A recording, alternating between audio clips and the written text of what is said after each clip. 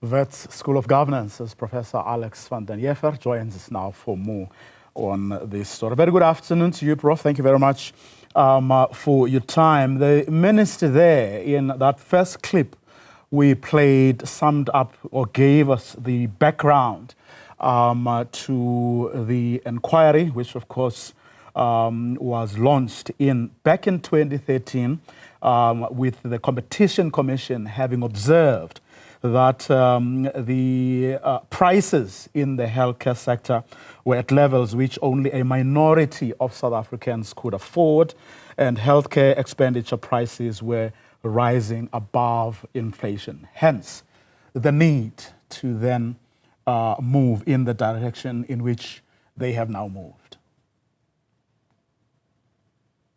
Well, the market inquiry, first of all, identified a problem with costs in the private health system. And that's more than just a reference to prices.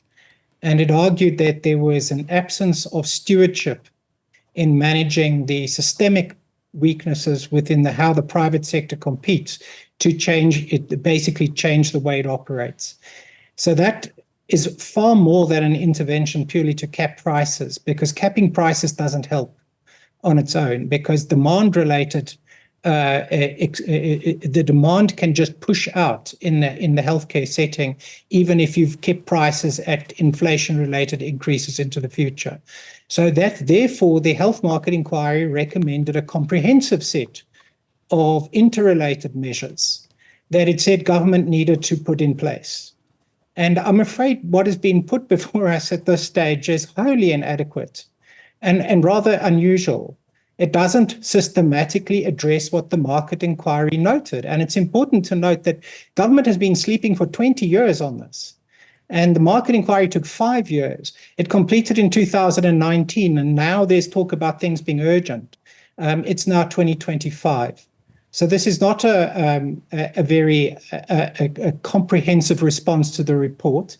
And a major concern with what's been put forward is that this is not a positive legislative framework. This is an exemption to the Competition Act, which is not actually going to stand legally. It's very likely to prove unlawful and ultra vires, the Competition Act, because the Minister of Trade, Industry and Competition, it does not have the authority to regulate the health system. That's the responsibility of the Minister of Health. And he has not put forward this process in terms of his powers and the legislative frameworks that fall under his jurisdiction. So this really is a very shallow response to the market inquiry. Well, someone has been sleeping on the job is pretty much apparent, but some people would say perhaps better late than never. What could the health minister have done? So first of all, the market inquiry recommended there are material differences between the proposals in the market inquiry for what is called a multilateral negotiating forum for setting prices in the private sector. It recommends a structure that is formally established in positive legislative terms. In other words, there's a clear policy framework around doing it, in addition to a range of other interventions that will deal with the demand-related responses. So the one material difference is that this allows, they recommended that adjudication may occur if there are disputes to an independent adjudication process. What has been proposed in this exemption framework is for a public body with people appointed by the Minister of Health, effectively, to be able to set the final prices at their discretion. Now, it probably isn't time to go into the finer details, but what is likely to happen even if this were attempted as an interim approach, is that if there were legal challenges on the exercise of a discretion by essentially a ministerial appointee, the no tariffs will be published for years. And the way in which it was configured in the market inquiry was to allow for annual decision-making to occur without the possibility of legal challenge. And that requires that there is no exercise of a discretion in the final prices. Basically, there is a choice on bids that are put forward and information put forward into the process. That's a technical point. But what it means practically speaking is that even if one tried out this framework, which is an exemption, in terms of an exemption provision, which is very unusual to the Competition Act, just as a kind of a pilot framework, it would be bogged down by legal challenges for whoever was unhappy with any final choice, because it allows for a Department of Health appointed official to effectively make a final determination. And you will then have to ask them, what did you make that decision based on? And challenge its appropriateness. So this is one of the problems. It has to be an expeditious process. The other issue is that it also introduces a framework to supposedly assess treatment protocols and quality of care issues, all in terms of a Competition Act. And the Competition Act is not enabled to make any pronouncement on those issues. They have nothing to do with competition. There are health policy issues. So the issue here is that this is a health policy framework. It is not a competition framework. It's got nothing to do with the Minister of Trade, Industry and Competition. It falls flatly under the jurisdiction of health policy. And therefore, there needs to be a legislative framework established by the health minister. And this is a very lazy approach to take forward some rather limited element in a poor way of the health market inquiry. And what the minister is completely silent on all the other measures recommended by the health market inquiry, the risk equalization framework that is required, the processes for actually regulating licensing within the system and quality assurance. So all of those are quite key elements of a structural approach to managing the system. Again, they're technical points, and they'll be lost in the ether of the sort of the discussion. But without those, even if a price regulatory framework were to work, it would have no effect on costs, because the supplier-induced demand that the health market inquiry identified would not be resolved without the other systematic interventions. And maybe a final point is that these are proposed supposedly as interim measures, because somehow in 3 years from now, we will have national health insurance taking over everything.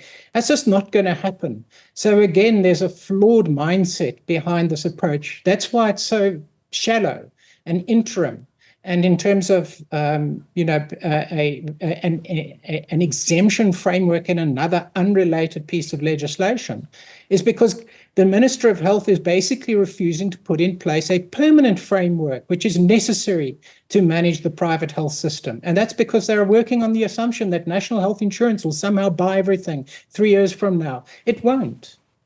What then, Prof, are the implications of what you call an inadequate, unusual, shallow response to the main problem? What are the implications for that majority which the competition said would not be able to afford healthcare, private healthcare? Well, look, even if prices came down significantly, it's a vast proportion of the population, everybody, essentially round about everybody up until about the sort of top end of the 7th decile, don't have sufficient income to pay for healthcare, regardless of its prices.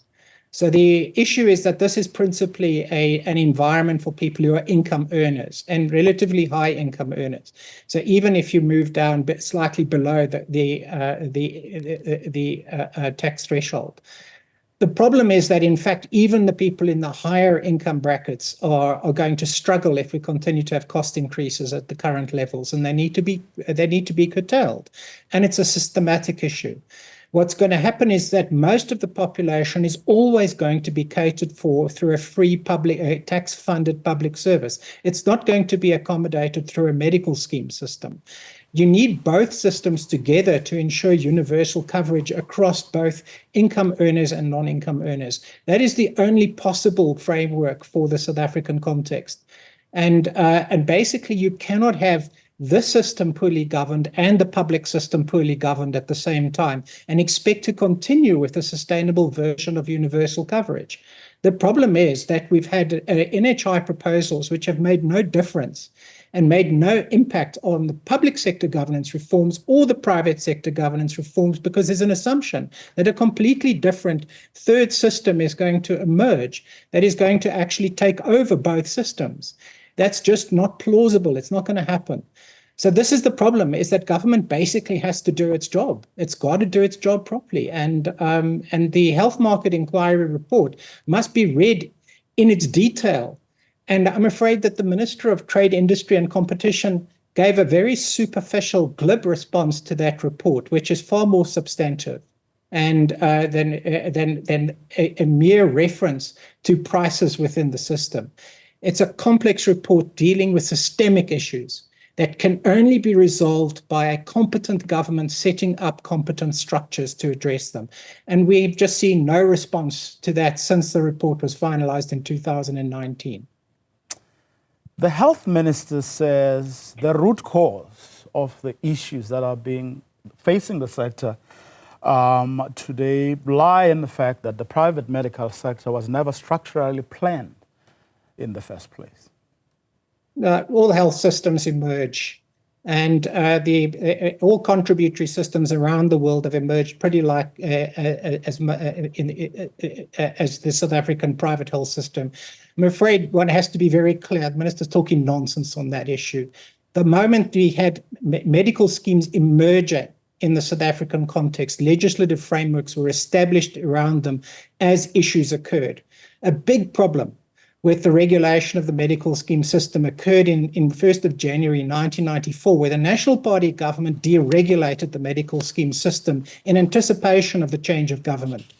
And so there was a provisional re-regulation of the system in 1998, which is why you're better protected today than you would have been if the same framework from 1994 had continued. But it was always recognized that that framework was insufficient. It required the frameworks that were then identified in the Taylor Committee of Inquiry into Comprehensive Social Security that finished in 2002. The further work on that, including other ministerial investigations, and then finally the Health Market Inquiry, all of which have reinforced each other's recommendations on the systemic interventions required for a stable private system. So we've had a lot of work on this, and government has basically just sat on its hands. But a large part of why that has happened is that the assumption has been that there won't be any medical schemes.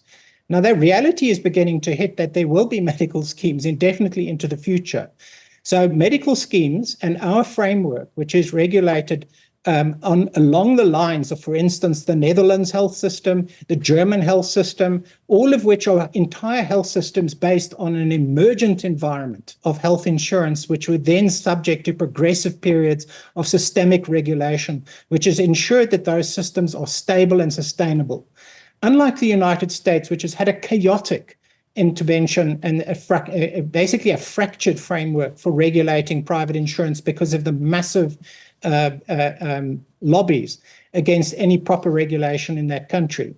But in South Africa, we've been in a position to properly regulate our medical scheme system, and a failure to do so is basically a failure of government to do its job.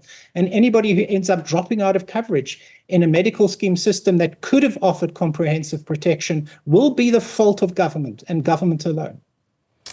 Professor van der Heever, let me thank you very much for your time and insights. Really appreciate it.